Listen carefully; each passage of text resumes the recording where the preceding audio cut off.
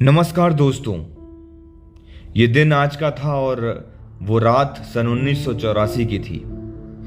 मैं बात कर रहा हूँ 2 से 3 दिसंबर के बीच रात के लगभग 2, ढाई 3 बजे की।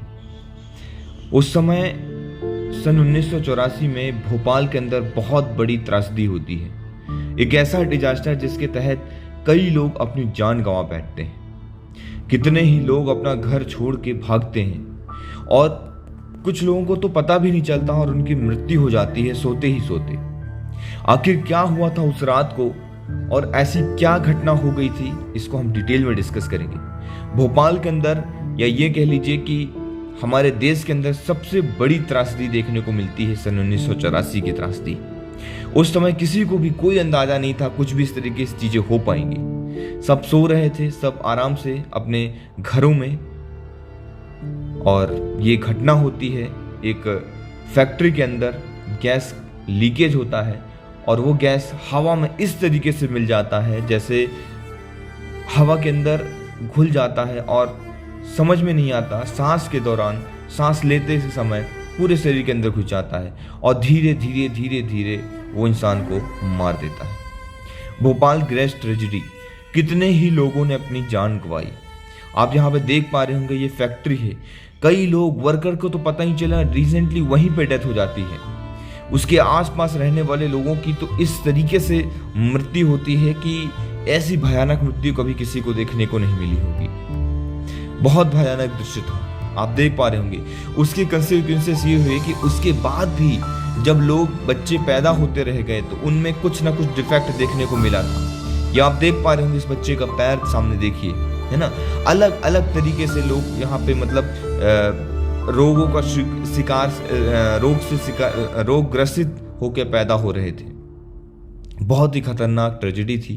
तो आप सब लोग इन सभी लोगों के लिए प्रे करिए, और जो इससे बच के आ गए हैं वो भगवान की दुआ थी कि वो लोग वहां से बच के निकल पाए, आ पाए, है ना।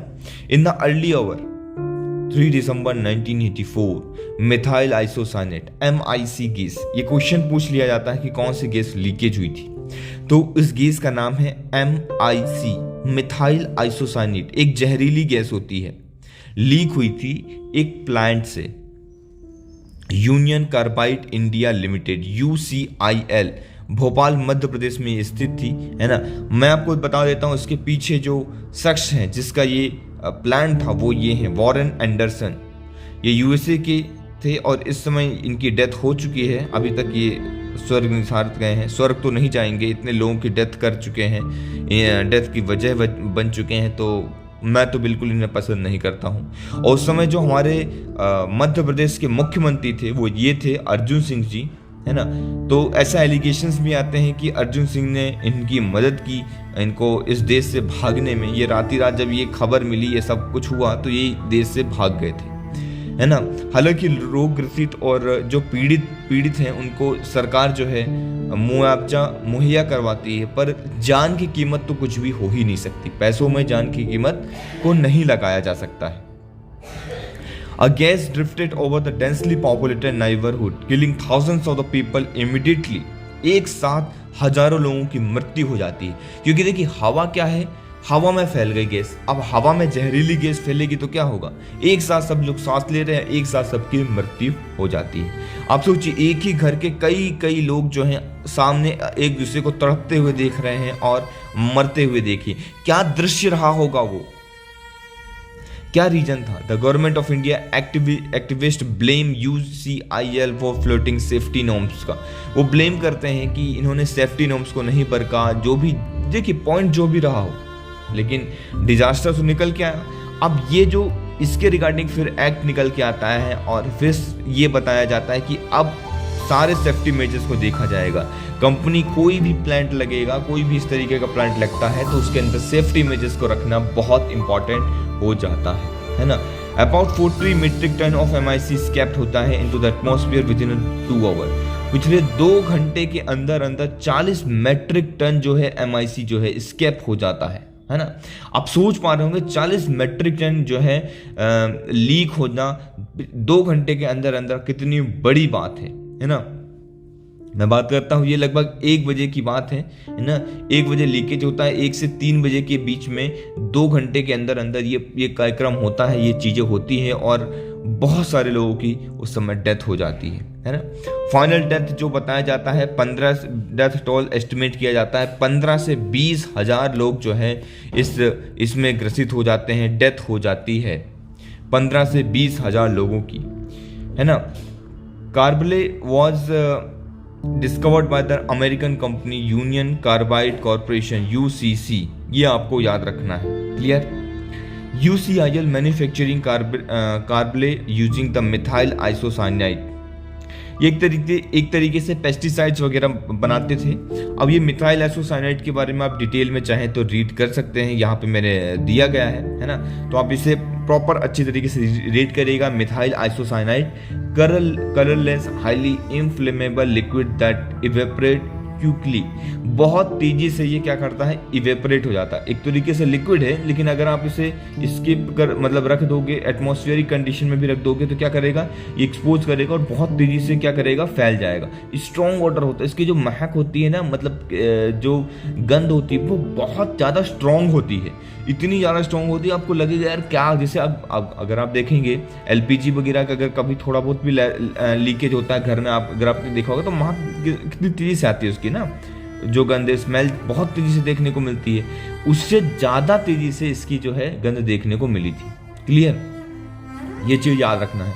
अब देखिए अगर ये चीज़ दिन में होती तो शायद कुछ मेजर्स उठा सकते थे, शायद कुछ ऐसा हो जाता कि लोग बच जाते किसी तरीके से, इतनी ज़्यादा डेथ नहीं होती। लेकिन रात में अब जब सभी लोग सो रहे हैं, उनको पता भी नहीं चला और वो सांस के जरिए उन्होंने क्या कर लिया, कंज्यूम कर लिया, है ना, ये इस गैस को, और उनकी डेथ हो गई बेचारों की, है। तो ये कितनी मतलब दुखद घटना है कि उनको पता भी नहीं चला, वो इस दुनिया को छोड़ के चले गए हम सबके बीच से। इसके कंसिक्वेंसेस क्या हुए, इनिशियल इफेक्ट देखने को मिला, लोगों को कफिंग बहुत ज़्यादा देखने को मिला, सफोकेशन ज़्यादा देखने को मिला, आंखों में बहुत इरिटेशन होने लग गया, ऐसा लग रहा आंख जलने लग गई थी, रेस्पिरेटरी ट्रैक्ट हो, लोग समझ में नहीं आ रहा था। देखिए आप और हम घर में बैठे हुए हैं और एकदम से ऐसा कुछ होने लग जाए, आंखों में जलन होने लग जाए, सांस ढंग से ना आए, है ना, और कफिंग आने लग जाए, तो आप लोग क्या करेंगे। आप लोगों को थोड़ा ना पता है कि यार क्या हुआ है, बाहर क्या हुआ है, या कौन सी गैस लीक हो जाए, और घर में सबको होने लग जाए, फिर सोचिए कैसा होगा, कैसा माहौल क्रिएट होगा। आप सब लोग सोचेंगे ना, समझ में नहीं आएगा कि हो क्या रहा है हमारे साथ, और फिर एकदम से ब्रेथलेसनेस हो जाएगा, स्टमक में पेन हो जाएगा, वोमिटिंग आ रही है, उल्टियां हो रही हैं, है ना, और फिर धीरे धीरे तड़प के और आपकी जान, मतलब सामने वाले की जान जो है निकल जाएगी। इस तरीके से लोगों की जान गई थी, वो तड़प के लोग वहां पे मरे थे, है ना। तो ये चीज बताई जा रही है यहाँ पे, हमने पूरी चीज देखी। ये एंडरसन है, बिल्कुल मैं इनको पसंद नहीं करता हूँ, है ना। कुछ लेटेस्ट इवेंट देख पा रहे होंगे कि यूएन ने रिपोर्ट दी भोपाल गैस ट्रेजेडी के ऊपर। 1984 Bhopal gas tragedy was which killed the thousands of people is among the world major industrial accident के अंदर आता है। 20वीं सेंचुरी का दुनिया का सबसे बड़ा मेजर इंडस्ट्रियल एक्सीडेंट में से एक ये है ना। यूएन रिपोर्ट जो है से कहता है कि वार्निंग देता है 2.78 मिलियन वर्कर्स को die from the occupational accident से लोग मरते हैं इसके अंदर। वर्क रिलेटेड डिसीजेस हर साल यहाँ पे देखने को मिलती है। Report released by UN labour agency international organisation. ये रिपोर्ट किसने रिलीज की थी आपको बताना है। ILO यूनाइटेड नेशन का स्पेशलाइज्ड एजेंसी है। कौन? ILO international labour organisation. ये आपको याद रखना है। मिथाइल आइसोसाइनाइड गैस का नाम तो याद ही रखना। साथ ही साथ अगर आप कुछ एक्स्ट्रा इन्फॉर्मेशन चाहते हैं तो मैंने सारी इन्फॉर्मेशन दे दी है, जैसे कि कोरोना वायरस पेंडेमिक वगैरह आया, कई लोगों की डेथ हुई, सारी चीज़ें, है ना। तो ये सारी चीज़ें आप अपने आंसर राइटिंग में मेंशन कर सकते हैं। प्रीलिम्स के लिए भी काफ़ी इंपॉर्टेंट हो जाता है। आप यहाँ पे देख पा रहे होंगे ये इंडस्ट्री है जो खाली पड़ी थी, है ना। फिर ये इंडस्ट्री बंद हो गई, फिर है ना ये प्लांट पूरी तरीके से बंद हो गया और वो जो काम करने वाला था, जो मालिक था, वो यहाँ से फरार हो गया, एस्केप होके भाग गया, है ना। आप ये देख पा रहे हैं किस तरीके से ये फोटोज है ना। चलिए शुरू करते हैं आज का अपना इंपॉर्टेंट डिस्कशन को, है ना। टुडे इज 3 दिसंबर 2022 and we are going to discuss the Hindu newspaper analysis, है ना। सबसे पहले इंपॉर्टेंट न्यूज हम देखेंगे। ISRO scientist frame up. Supreme Court questions official bill, Supreme Court ने ऑफिशियली बिल दे दिया है। इवन इसरो की ये एक्स, इनके ऊपर एक मूवी बनी हुई है। अगर अभी तक आप लोगों ने वो मूवी नहीं देखी है तो मैं ये रिकमेंड करूंगा कि आपको वो मूवी जरूर देखनी, बहुत प्यारी मूवी है। अगर आप देखेंगे तो बहुत अच्छा लगेगा आपको। एक जो इसरो के साइंटिस्ट हैं, एक्स साइंटिस्ट हैं ये, है ना, नाम्बी नारायण जी। तो नाम्बी नारायण जी को यहाँ पे क्लीन चिट दे दिया गया था सीबीआई के द्वारा एस्पियोनेज केस के तहत। एस्पियोनेज केस मतलब एक तरीके से कह सकते हैं किसी दूसरे कंट्री, किसी दूसरी जगह जाके जासूसी करना, उसके तहत ये इनके ऊपर केस चला था। तो ये एस्पियोनेज केस है, ये आपको पता होना चाहिए, है ना। अब इसके रिगार्डिंग हम चीज़ें आगे भी डिस्कस करेंगे, है ना। नेक्स्ट जैसे इनके ऊपर आर्टिकल्स आएंगे उस चीज़ को हम डिटेल में डिस्कस करेंगे। वैसे खास आपको नहीं है, बस इसको मिल गई एक छोटी सी इन्फॉर्मेशन थी जो चीज़ आपको याद रखनी है। मूवी आ चुकी है तो इनके बारे में चलिए आपका एक होमवर्क मैं देता हूँ कि इनके बारे में आप इनकी बायोग्राफी पढ़ेंगे। अगर आपको इनकी बायोग्राफी चाहिए तो आप बताइए हमको, हम क्या करेंगे इनकी अलग से एक बायोग्राफी लेके आ सकते हैं आप लोगों के लिए। बट आपको कमेंट सेक्शन में ये चीज़ें बतानी है। क्लियर, ये आपका एक आज का टास्क है। चलिए आगे बढ़ने से पहले आप लोगों के लिए कुछ क्वेश्चंस, प्रीवियस ईयर क्वेश्चन 2014 में ये पूछा गया क्वेश्चन है। 2 क्वेश्चन है, हिंदी और इंग्लिश दोनों भाषाओं में मैंने इस क्वेश्चन को रखा है यहाँ पे, है ना। This question is presented in both language, Hindi as well as in English language. You have to do this question, है ना, by yourself, and after doing yourself you have to comment in a comment section, है ना। अब answer को comment कीजिए comment section के अंदर, फिर हम इसका आंसर खोजने की कोशिश करते हैं। आई होप आप लोगों ने अब तक इसको कर लिया होगा। वीडियो को पॉज करके, आप लोग होशियार लोग हैं, आप लोग कर ही लेंगे। आपको बताना है कि 10 डिग्री चैनल कहां से गुजरता है। निम्नलिखित द्वीपों के युग्म में से कौन सा एक 10 अंश जलमार्ग द्वारा आपस में पृथक किया जाता है। कौन जो है 10 डिग्री चैनल जो है किन 2 चीजों को सेपरेट करता है, ये आपको बताना है। ये आपके सामने क्वेश्चन है, आपको बताना है ना। मैं केबीसी के स्टाइल में पूछता हूं, महानुभाव जी आपको बताना है इनमें से कौन सा करेक्ट आंसर है। Option A Andaman and Nicobar, option B Nicobar and Sumatra, option C Maldives and Lakshadweep, option D Sumatra and Java. Yes, आपने बिल्कुल करेक्ट गेस किया, लॉक कर दिया जाता है। Option A is the correct answer. जी हाँ, अंडमान एंड निकोबार। आप जीत चुके हैं 2 नंबर। जी हाँ, आपने यूपीएससी के 2 नंबर जीत लिए हैं। चलिए नेक्स्ट क्वेश्चन की ओर मूव करते हैं और फिर आप इसे क्या कीजिए, पॉज करके और इसका आंसर देने की कोशिश कीजिए, फिर हम क्वेश्चन की ओर आगे बढ़ेंगे। चलिए, consider the following language. 1 Gujarati, 2 Kannada, 3 Telugu. 3 languages आपके सामने हैं। Which of the above has or have been declared as a classical languages of the government की कौन सी लैंग्वेज इसमें से क्लासिकल लैंग्वेज के तहत मेंशन है, ये आपको कमेंट सेक्शन में बताना है वीडियो को पॉज करके। आप लोगों ने अब तक दे दिया होगा, आपके सामने ऑप्शन है इस तरीके से। Option A 1 and 2, option B 3 only, option C 2 and 3 and option D 1, 2 and 3। Classical language का कौन सा पार्ट है इसमें से आपको बताना है। जी हां, आपने करेक्ट गेस किया, गुजराती लैंग्वेज नहीं है। जी हां, तो फर्स्ट को हमने ओमिट कर दिया। अब आप देखेंगे 3 तो क्या है, दोनों में है, तो तेलुगु तो होगा ही होगा। कन्नड़, अगर कन्नड़ है, जी हां कन्नड़ इसमें सम्मिलित है, तो कन्नड़ लैंग्वेज भी आ जाता है। टोटल कितनी भाषाएं हैं कमेंट सेक्शन में आपको बताना है। क्लासिकल लैंग्वेज के अंदर हमारे इंडिया में कितनी भाषाएं, टोटल कितने लैंग्वेजेस हैं, ये आपको कमेंट सेक्शन में बताना है। साथ ही साथ अगर आप चाहें उन लैंग्वेजेस के नाम भी बता सकते हैं। देखिए, अगर आप इस तरीके से कमेंट करते हैं तो आपकी लर्निंग कैपेसिटी इंक्रीज होगी, इस बात को मान लीजिए 100% श्योरिटी के साथ। क्लियर, चलिए आगे बढ़ते हैं विदाउट एनी डिले। आज के एडिटोरियल सेक्शन की ओर मूव करते हैं। And in the editorial section पहला आर्टिकल हमारे लिए G20 से रिलेटेड है। G20 presidency on December 1। G20 जो है कि हमने G20 की प्रेसिडेंसी ले ली है दिसंबर 1 में। आपको सबको ये चीज़ें पता होंगी और G20 के बारे में सारी इंपॉर्टेंट इन्फॉर्मेशन तो वैसे हम कई बार डिस्कस कर ही चुके हैं, लेकिन यहाँ पे बताया जा रहा है कुछ एक्स्ट्रा इन्फॉर्मेशन जो है वो चीज़ हम देख लेते हैं कि 1 दिसंबर से हमने अडॉप्ट कर लिया G20 की प्रेसिडेंसी।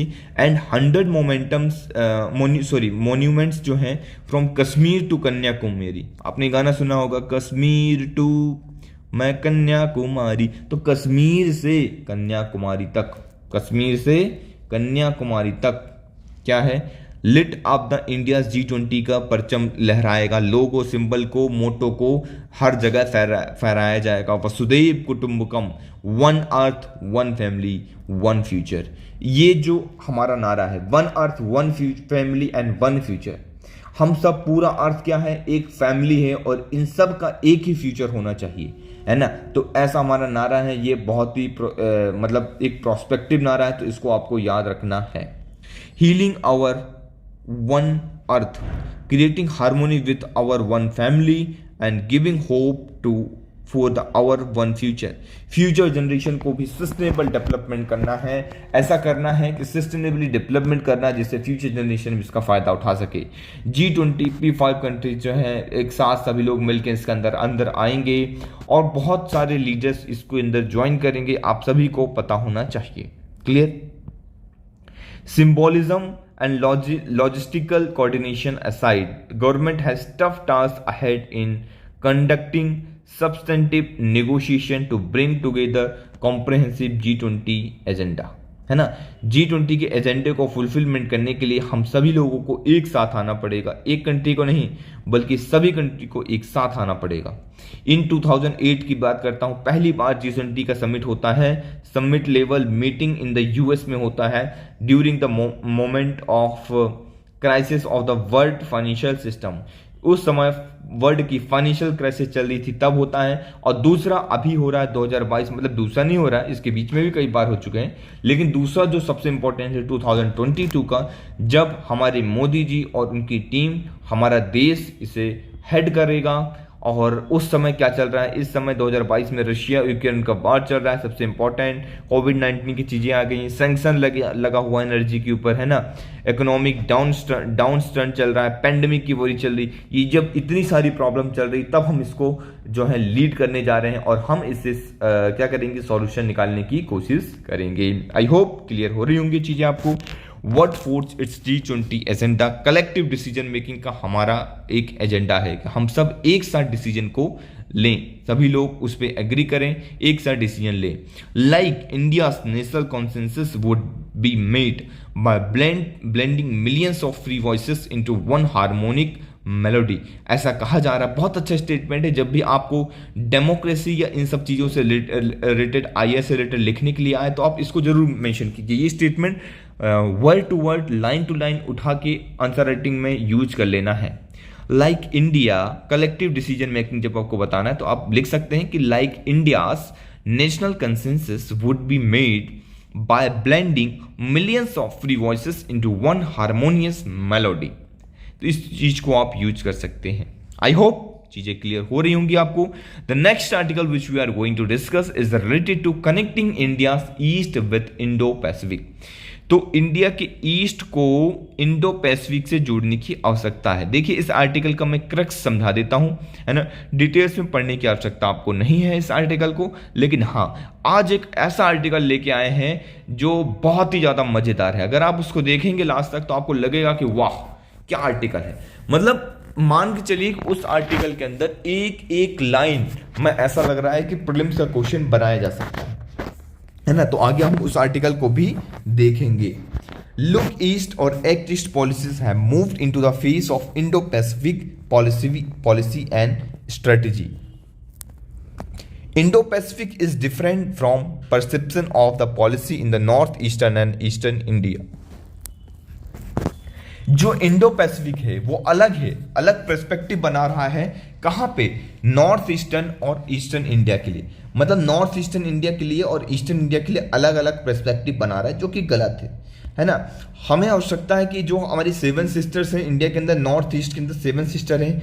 चलिए कमेंट सेक्शन के अंदर बताइए 7 सिस्टर्स कौन है। मैं भाई की बात कर लेता हूं। एक ब्रदर भी है जिसको हम सिक्किम कहते हैं। तो 7 बहनें हैं और एक लड़ला भाई है सिक्किम में। मतलब सिक्किम में नहीं, सिक्किम को ही कहा जाता है। तो 7 सिस्टर जो स्टेट हैं उन सब के नाम आपको कमेंट सेक्शन के अंदर बताने हैं, है ना।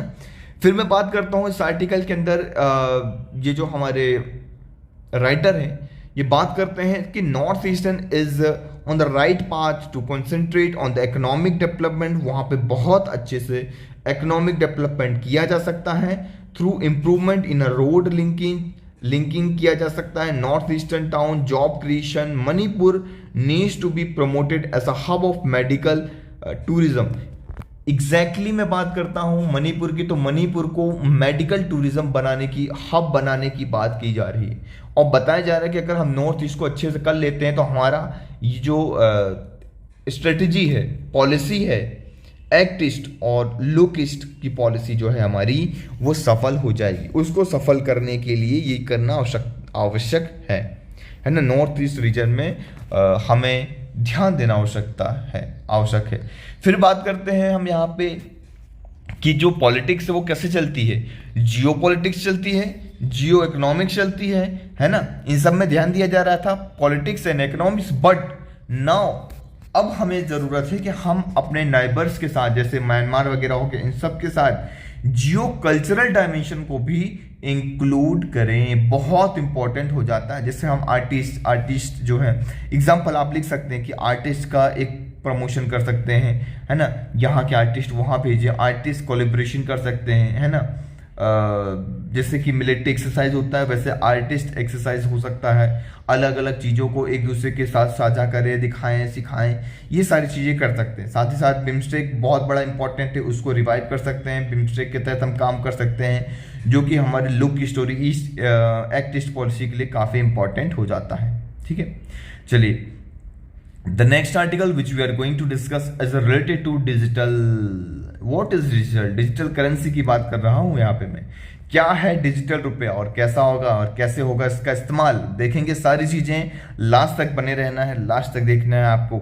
हाउ द ई रूपी विल वर्क, कैसे काम करता है आपका ई रूपी, समझेंगे। इंपॉर्टेंट है, बहुत ज्यादा इंपॉर्टेंट है। किसके लिए? प्रीलिम्स के लिए। किसके लिए? मेंस के लिए। कोई भी एग्जामिनेशन की प्रिपरेशन कर रहे हो, ई रूपी भैया, ई रूपी लॉन्च हुआ है इंडिया के अंदर, बहुत बड़ी बात है ना, और बहुत इंपॉर्टेंट है। मैं इसको पहले ही टेलीग्राम में शेयर कर चुका हूं, तो अगर आप लोगों ने अभी तक टेलीग्राम ग्रुप को नहीं ज्वाइन किया है तो जाना है और टेलीग्राम ग्रुप को ज्वाइन करना है पीडीएफ के लिए। और इम्पॉर्टेंट आर्टिकल्स और सारी चीज़ें डिस्कस करता रहता हूँ। और अगर आप चाहें तो आप हमें इंस्टाग्राम में भी फॉलो कर सकते हैं, इसी नाम से इंस्टाग्राम में भी मैं हूँ, है ना। और चलिए आगे बढ़ते हैं। Central bank digital currency CBDC के नाम से जाना जाता है।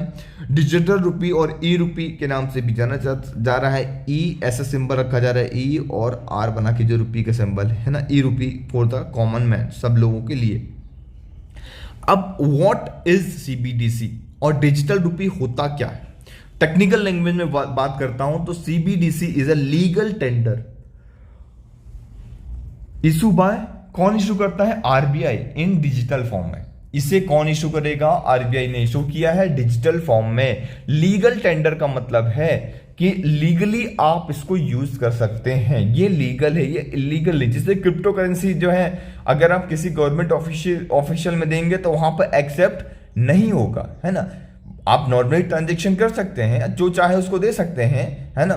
बट अगर नॉर्मली आप गवर्नमेंट इंस्टीट्यूशन में देंगे, यहां देंगे तो वो एक्सेप्टेबल नहीं है। लेकिन अगर आप ये देंगे क्या, ई रूपी, तो वो एक्सेप्टेबल होगा। It is the same as a fiat currency and it is exchangeable 1-to-1 with in the fiat currency. ये 1-to-1 एक्सचेंजेबल है और ये फियाट करेंसी की जैसा ही है। फियाट करेंसी का मतलब जैसे कि आपके पास जो नोट होती है, सिक्के होती है ना, वो सब फियाट करेंसी होती है। आप उसको महसूस कर सकते हैं, दे सकते हैं, उसका यूज कर सकते हैं फिजिकल फॉर्म में। बट ये बस एक डिजिटल फॉर्म में है, बस इतना याद रखना है, ठीक है। It is fungible legal tender for which holders need to have a bank account. Holders के पास बैंक अकाउंट होना चाहिए अगर इसको वो लेना चाहता है तो। CBDC will be appears as a liability currency in circulation on the RBI balance sheet. जो RBI की बैलेंस शीट में है वो वहां पे CBD के ऊपर लायबल होगा। देखिए मैं क्या करूंगा, अभी तो समझा रहा हूं, लेकिन आप लोग बोलेंगे सर ये पढ़ लिया बट क्वेश्चन कैसे आएंगे, हम कैसे याद रख पाएंगे इसको। डोंट वरी बेटा, क्या करना है आपको बस इस आर्टिकल को अच्छे से पढ़ना है, इसको रीड करना है, साथ ही साथ मेरे लेक्चर को लास्ट तक देखना है जो मैं समझा रहा हूं, इसके नोट्स बना लेने हैं। इसके बाद मैं क्या करूंगा, इस पर्टिकुलर टॉपिक के ऊपर कई क्वेश्चन लेके आऊंगा, हर एक पर्सपेक्टिव में इसके ऊपर क्वेश्चन बना के आपके लिए प्रेजेंट करूंगा, जिसके तहत आपको सारे कॉन्सेप्ट क्लियर हो जाएंगे। ओके, चलिए। बियरर इंस्ट्रूमेंट है ना, बैंक नोट वगैरह जैसे जिस तरीके से बैंक के अंदर जिस तरीके से नोट का यूज होता है, जो जो प्रॉपर्टीज आपके नोट की है ना, नोट हो गया, सिक्के हो गए, उनकी जो प्रॉपर्टीज है वो सारी प्रॉपर्टीज जो है यूरोपी की होगी। बट वहां पे क्या नहीं होगा, वहां पे फिजिकल फॉर्मेट पे नहीं होगा, बस एक डिजिटल फॉर्मेट में होगा।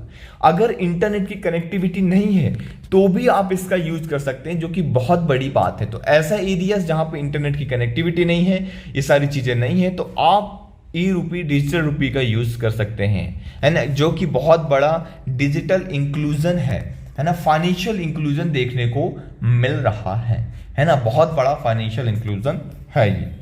Clear. How is RBI introducing CBDC, RBI किस तरीके से इंट्रोड्यूस कर रहा है, तो पहले ये इंट्रोड्यूस कर रहा है, क्वेश्चन में आ जाएगा, स्टेटमेंट आ जाएगा कि पहले जो है क्या ये ऑल इंडिया, पैन इंडिया एक साथ रिलीज हो रहा है, नहीं, ऐसा ही क्वेश्चन आएगा, वहां पे आप बोलेंगे हाँ डिजिटल करेंसी है, एक साथ ही तो लॉन्च होगा, आरबीआई कर रहा है, सेंट्रल कर रहा है, ऐसा ही होगा, बट ऐसा नहीं है। 4 स्टेट्स के नाम याद रखने हैं, मुंबई, न्यू दिल्ली, बेंगलुरु, भुवनेश्वर, यहाँ पे पहले होगा, इसके बाद एक्सटेंड किया जाएगा इसको अहमदाबाद, गंगटोक, गुवाहाटी, हैदराबाद, इंदौर, कोच्चि, लखनऊ, पटना, शिमला, यहाँ पे फिर धीरे धीरे आगे बढ़ेगा।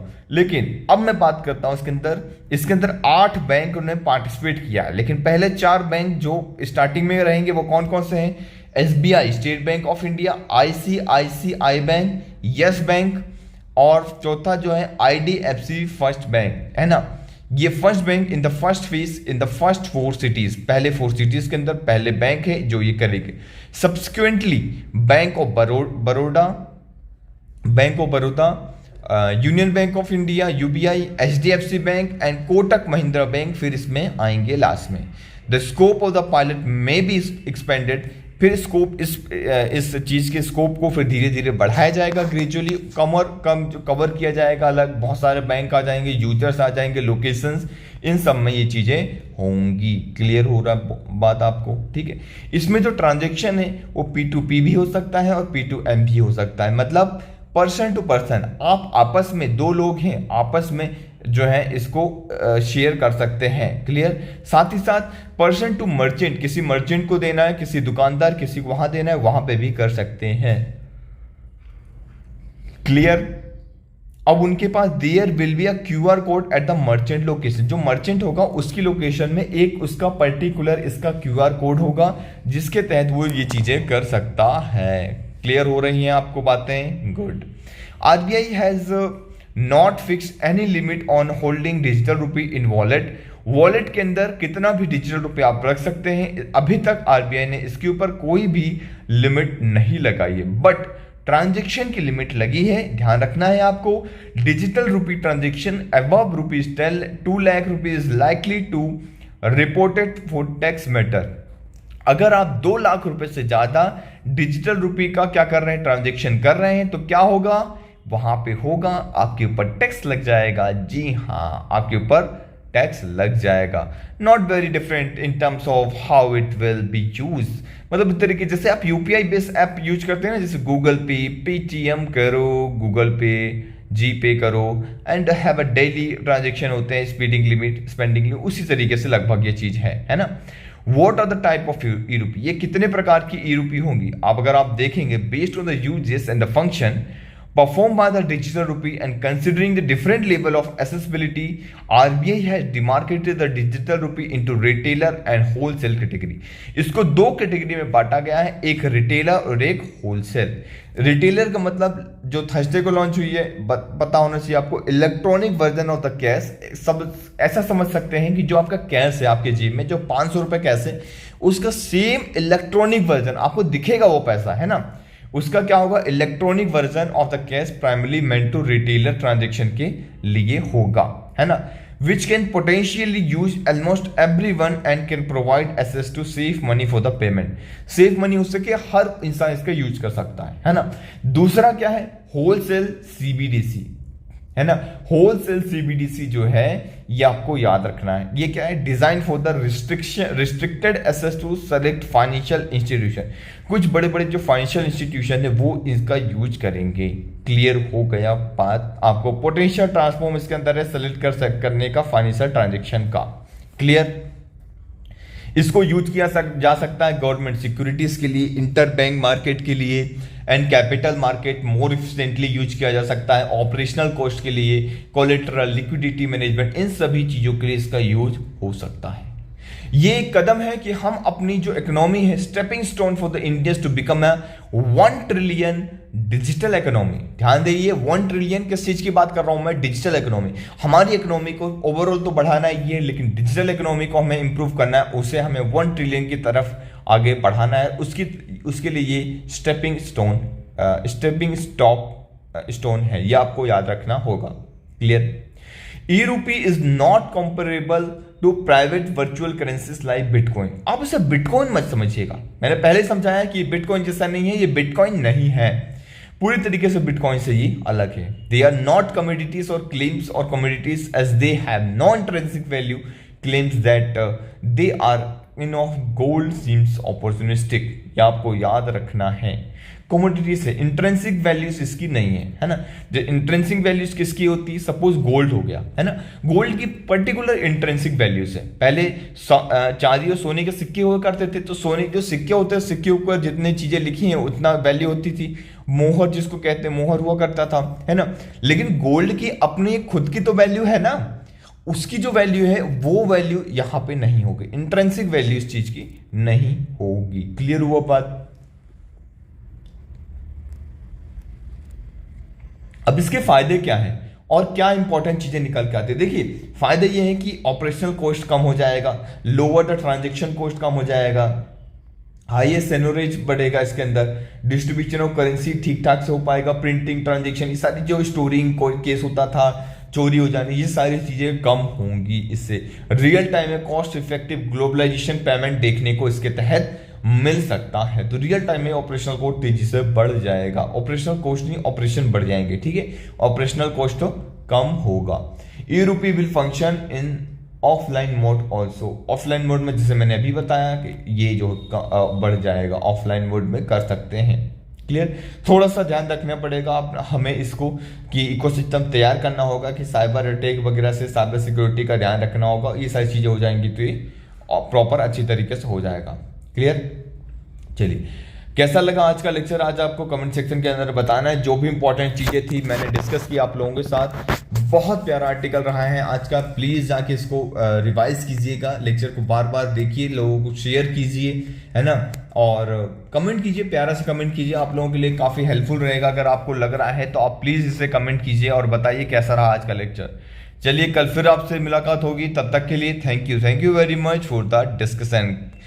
आपके जो टास्क मिले हैं उसे जरूर से पूरा करके आना है आपको।